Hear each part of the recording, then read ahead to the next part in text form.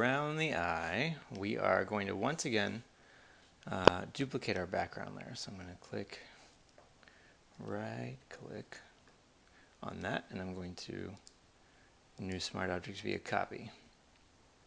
I'm going to drag that up into my new folder, and I'm going to do the same thing that I did with the curves for the inner eye. I'm going to go to Image, Adjustments, Curves. It's already a smart object. I don't need to make it a smart object again. But remember, that'll make sure that I have a smart filter in case I want to go back later and make it brighter or darker. I could do that. Alright, drag it over by a quarter, hit OK. So there's my overexposure. This is what I'm going to use for my non-destructive highlights. I'm going to hold the the Alt key and click on the Add Raster Mask button. Creates a black mask on there. Alright, and so the process for this is pretty much the same as we used for creating that highlight within the iris. But this time I'm going to, if I turn on my map, I can see where I had wanted those purple lines, where I wanted to add highlights around the eyes here. But I'm going to change back to a low opacity, low flow brush. The values for this are not exact. Use whatever is going to work for you, whatever works best for you, which you're probably not going to know until you're actually doing it. So play around with them. Feel free to move them up and down and see what gives you the effect that you want. For me, 24 and 18, let's try this. I'm going to definitely need a larger brush though than 2 pixels.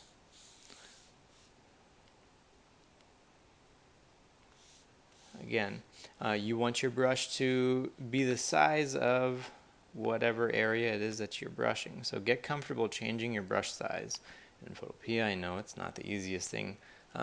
If you're using a mouse, the best thing to do is to right click while you're on the brush, and you can change your size there so you don't have to keep on moving back up to the options bar. If you're using a tablet, it's a little bit easier. You can use your shortcuts for your tablet. Alright, so I'm going to press D to make sure pure white is selected for my color. And I'm going to start to bring out these areas. Alright, 24% opacity isn't working for me. I'm going to turn it up. That was not bright enough. Alright, that's pretty good. You don't want to go overboard with it, but you do want there to be some effect. Alright, so I'm going to go over all of these areas where I had circled with the purple or with the pink. I'm going to turn it off for now, actually, so that I can see what I'm doing. Again, it's not going to be super noticeable without turning the layer on and off and on and off and on and off. But you are having an effect here, a cumulative effect. Alright, and I've got this highlight along the edge of the eye there, and then all along here, creating contrast. It's probably a little bit too small for that area, so I'm going to increase my brush size. I don't want to get too crazy with it. Maybe that might be a little bit too much. I'm going to go back to black, and I'm going to push that back a little bit. Alright, that's not too bad. A little bit under the eye here. And then for the over the eye portion, I'm going to make sure that this is very, very large. Big, fat, soft brush. Nope, that's too fat. There we go. Let's try that. Alright, again, don't go overboard with it. Back out, take a look at it. Still looks like she has a bright light on that side of her face, but not too bright. Alright, let's go to the other eye. Go back, well, make it a little bit smaller. Since we already have the big brush, let's go ahead and do the other eyebrow area here.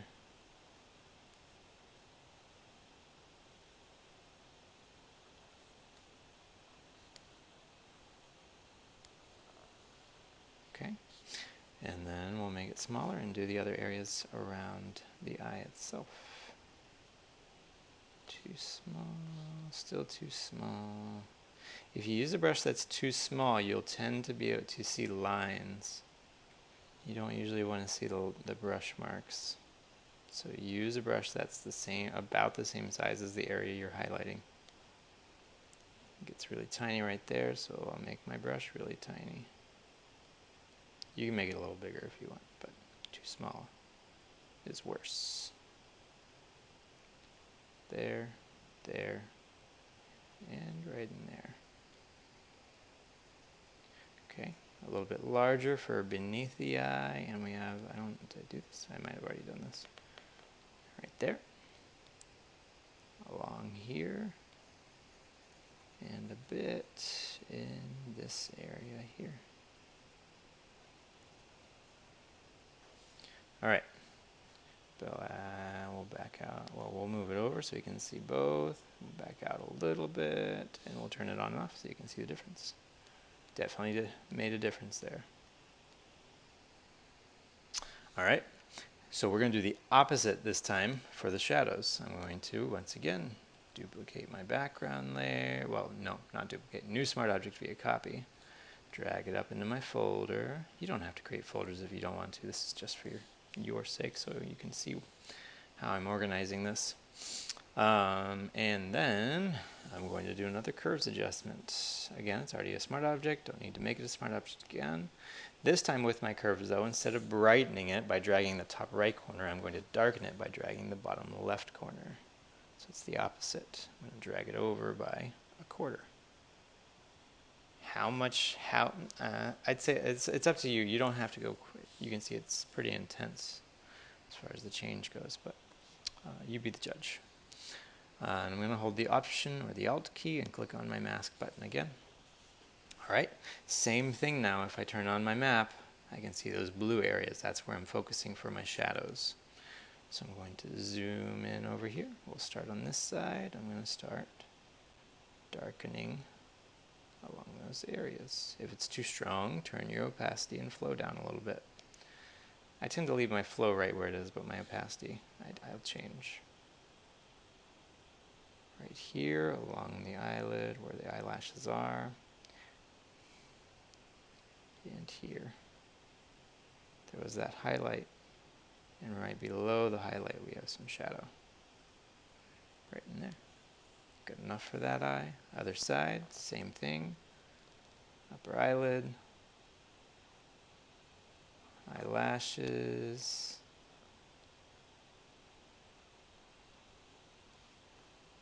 And then lower lashes. Right along there. Alright. Let's move over, do a little quick comparison. Zoom out. Move over. There we go. And then turn it on and off so you can see. Alright, that looks pretty good. If we turn the entire folder off, we can see highlights and shadows disappear and reappear. Alright, that looks good. We've created our contrast with that. Alright, so our next goal is going to be to decrease the bags around the eyes. So when we're retouching eyes, typically we want to get rid of signs of stress and age, where it is not too super obvious. So I'm going to keep this within my around the eye folder.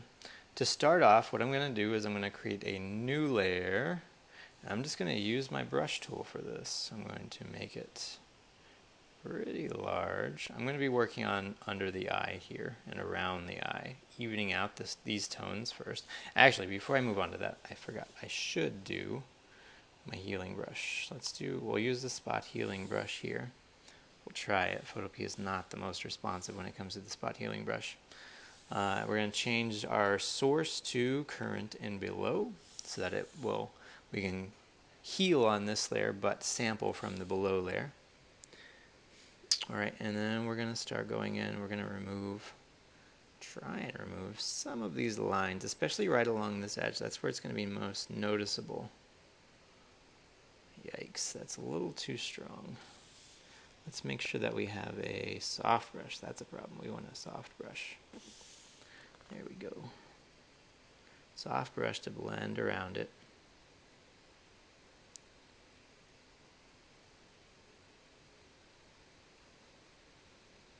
This is where Photoshop really shines using the healing brush. Photopea slows down a lot, but we'll try it a little bit at least. Again, you're not making huge differences here. You're not making huge changes. There's a somewhat larger wrinkle here underneath the eye. Up to you if you want to get rid of that. You don't have to, but your healing brush can do a pretty good job of it. Or it can do a terrible job. Look at that. That was bad. Alright, we got rid of most of that wrinkle. We can get rid of some of this down here. It just, no, it's not doing it. I'm going to leave it at that. Get rid of some of this texture maybe if we can. If you're leaving dark marks where there are no dark marks previously, undo it. You don't want that. The program is not perfect. It makes mistakes, as you guys probably already know. Alright, I'm going to call that good enough for now. If I was in Photoshop and if it was more responsive, I would do more, but it's not, so I won't. Alright, so now that I've got that layer with my healing brush, I can turn it on and off. You can see somewhat of a difference there between the left and right eye. I'm going to make another new layer. This time I'm going to try and even out some of the tones. This is the step where I can get rid of these large shadows under the eyes here, and maybe a little bit too around the eye here. I have noticed that Photopea does not do as well with sampling, correct colors. I hesitate to say correct because really, what does that mean? First of all, before you start brushing, go to your eyedropper tool and change your sample size in the option bar to, I'd say, 5x5.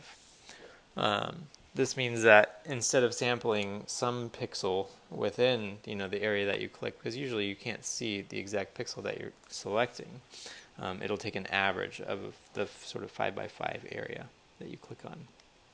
Alright, I'll go back to my brush now. Now remember, with the brush, you can temporarily switch to your eyedropper tool, which selects the current color by holding down the Alt key. So if I hold Alt, I can sample. You can see my color changing in my toolbox there as I sample.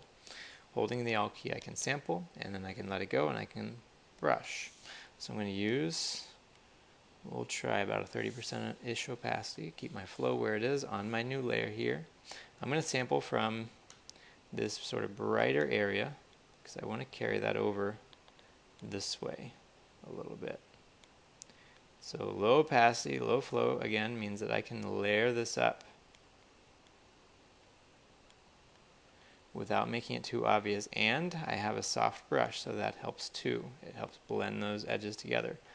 I want to make sure that I am also continually sampling. I don't want to do one solid color in here.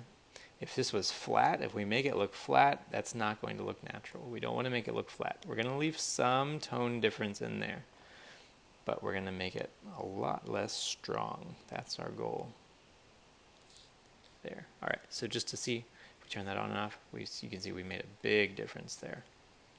Alright, I'm also going to go a little bit on this side here. It's not bruised, but it looks a little bit bruised right here along the bridge of the nose. I'm going to sample from this nice bright area right here. I'm going to try and color over that a little bit.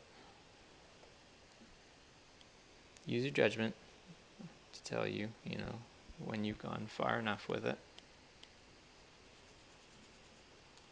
You are young, smart artists. You can figure it out. And I'm doing this with the layer off. That's why there's no change there. Oops. Let's undo that. So you can see what I'm doing. Alright, there we go. Now I can see. Resample. I wasn't making any difference. Sample, sample, different areas. Don't get rid of the shadows that you added in here, but I'm going to kind of do this right up to that edge of the eye there. So I've evened out the tone around the eye. It doesn't look convincing because I've also gotten rid of the texture in the process. Before I fix that, and there's definitely a way to fix that, I'm going to go to the other side of the eye and do the same thing over here. We've also got sort of that baggy area that we can push back a little bit. You don't want to totally get rid of it. It doesn't look real when you totally get rid of it. We all have them.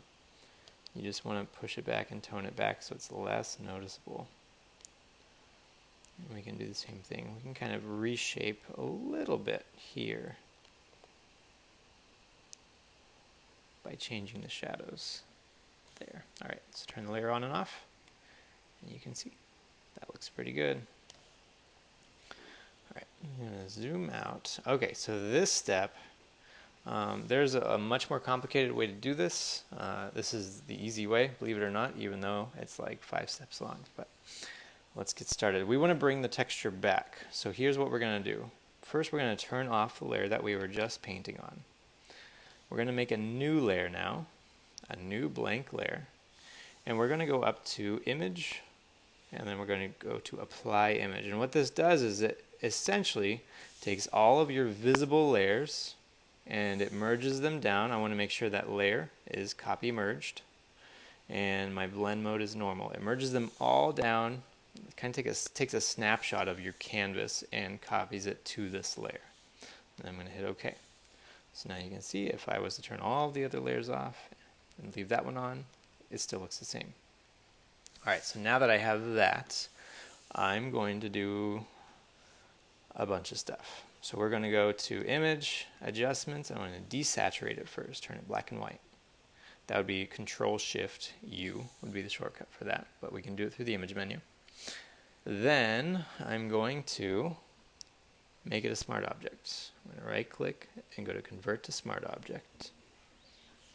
You can do this after the desaturate step because we aren't going to need to adjust the desaturation.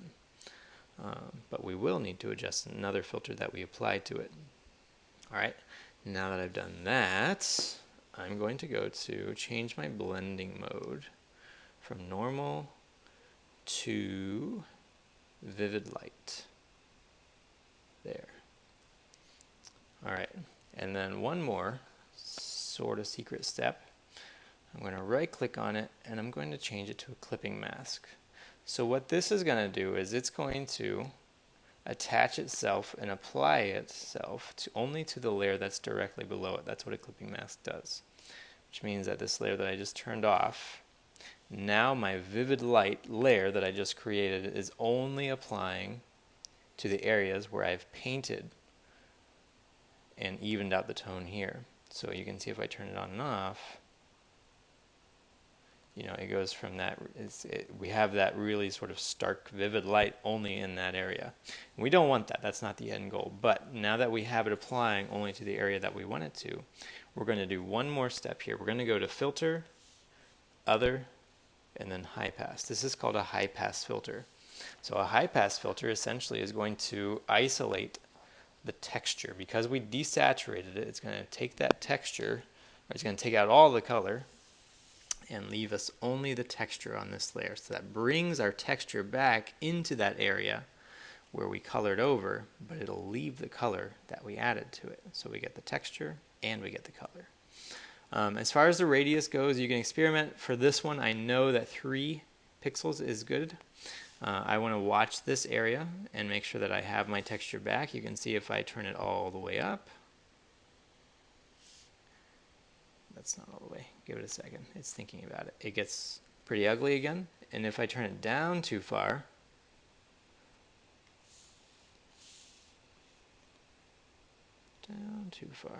I say, no, I think I choked it. This is going to be bad if it crashes on me now.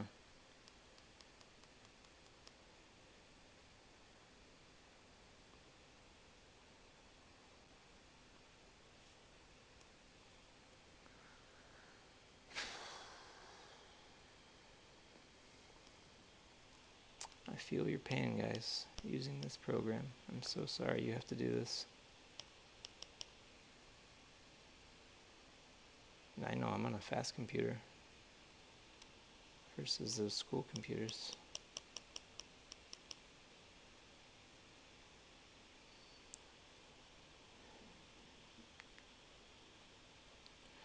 Nope, not working. Alright, looks like I'm going to have to restart.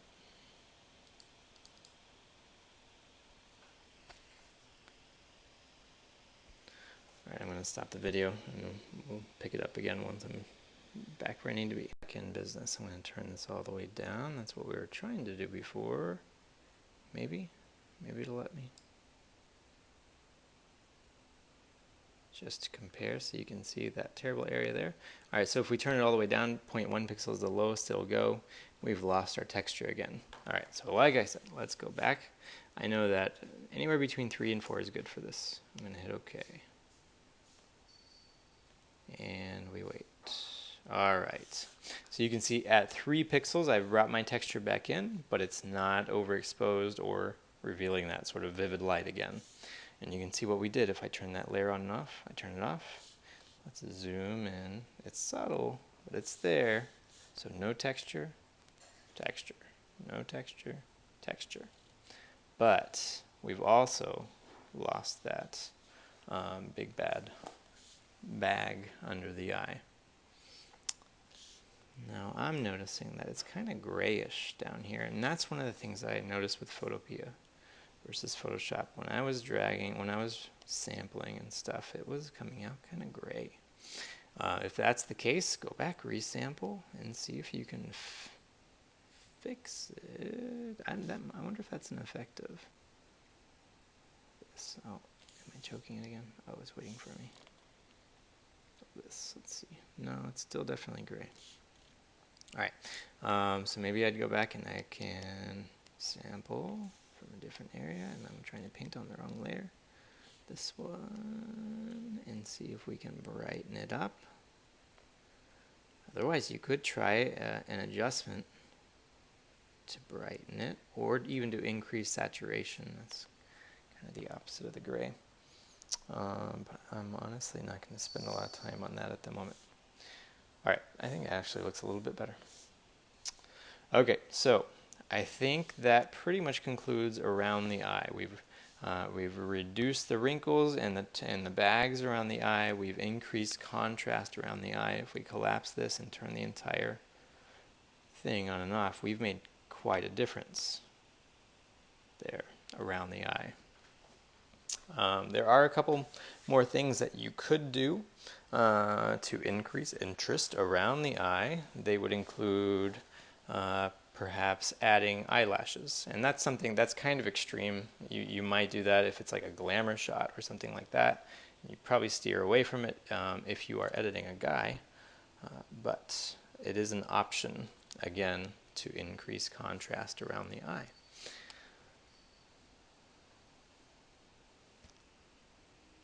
And the last thing that I would do, and looking at this, you wouldn't think that it needs it, but one more thing we could do would be to increase the sharpness only around the eyes. If we increase sharpness, we could increase it across the entire picture, but that's not going to make the eyes stand out. But if we increase it only around the eyes, it will have that effect. Alright, so here's what we're going to do. One more time, I'm going to make a new layer. It's going to come out outside of my folder, and that's okay. I'm going to make a new layer, and I'm going to, one more time, I'm going to go to Image, and I'm going to apply Image. I'm going to hit OK, and it's going to take that snapshot of my current visible layer, our current visible canvas, and it's going to put it on that layer. Now that I have that, I'm going to do another high pass filter. So I'm going to press Control-Shift-U is my shortcut to desaturate. I'm going to change my blending mode to vivid light, and I'm going to convert to a smart object. The difference here is we're not going to make a clipping mask out of it. It's going to take a second to convert, or several seconds. And I'm going to apply my high pass filter again. I'm going to go to Other, Filter, Other, and then High Pass. Oops, wrong button, cancel. Try again, Filter, Other, High Pass.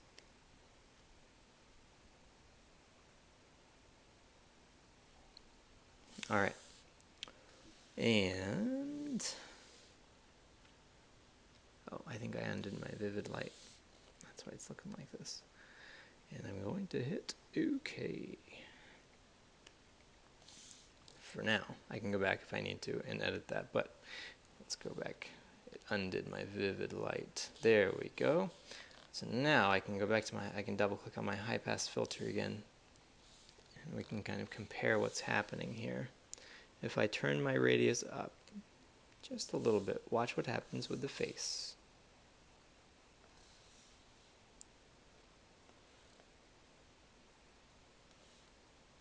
Still thinking about it. You can see that the texture of the face begins to stand out a lot more, the detail in the face, which is not necessarily a bad thing. But again, we want to isolate around the eyes for now. So get to a point where you feel like, yeah, the eyes are really, the texture in the eyes is really coming out well. Ooh, that's getting a little extreme maybe. We'll try it though. Let's hit OK. Alright, so now we don't want it across the entire face, so we're going to use that same strategy that we were using around the eye. We're going to create a layer mask. Hold the Option button. Layer mask. Takes all that texture away, and we're going to add it back in only around the eyes. So brush tool, B is your shortcut. Make it, well, we can do about the size of the iris. And we're going to bring, maybe avoid the whites of the eyes. I'm on a hard brush again. Soft brush. Make it nice and pretty. Soft brush, and then bring that texture in within the eye.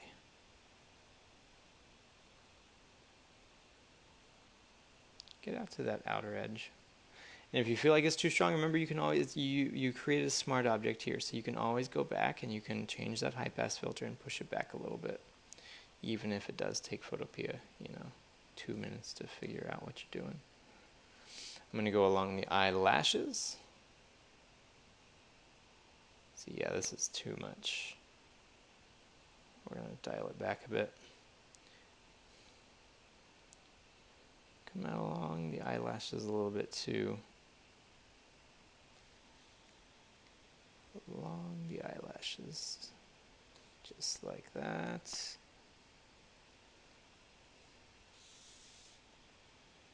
I'm on my pencil tool, that's why it's doing this. Let's go back. I don't believe that.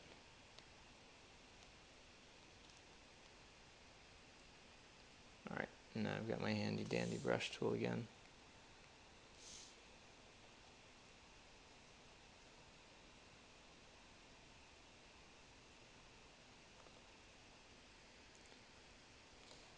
Make sure I'm doing something here.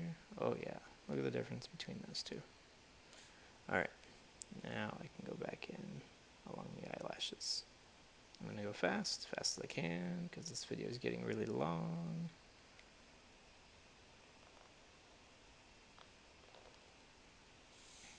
And then, as well as the eyelashes, I'm going to do a little bit of sharpening along the eyebrow here, too. The eyebrow frames the eye and does still help to draw attention to the area. Same thing on the other side. Let's go fast. There we go. The entire iris and pupil. Bring it in nice and strong. And then the eyelashes.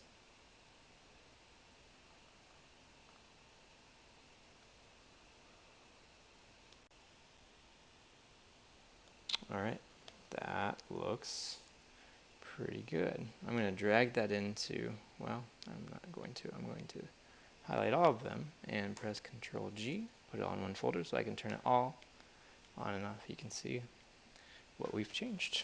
It looks a lot younger now. A little less battle worn. Alright, so that is all for retouching eyes. I know that took a while. Thanks for hanging in there.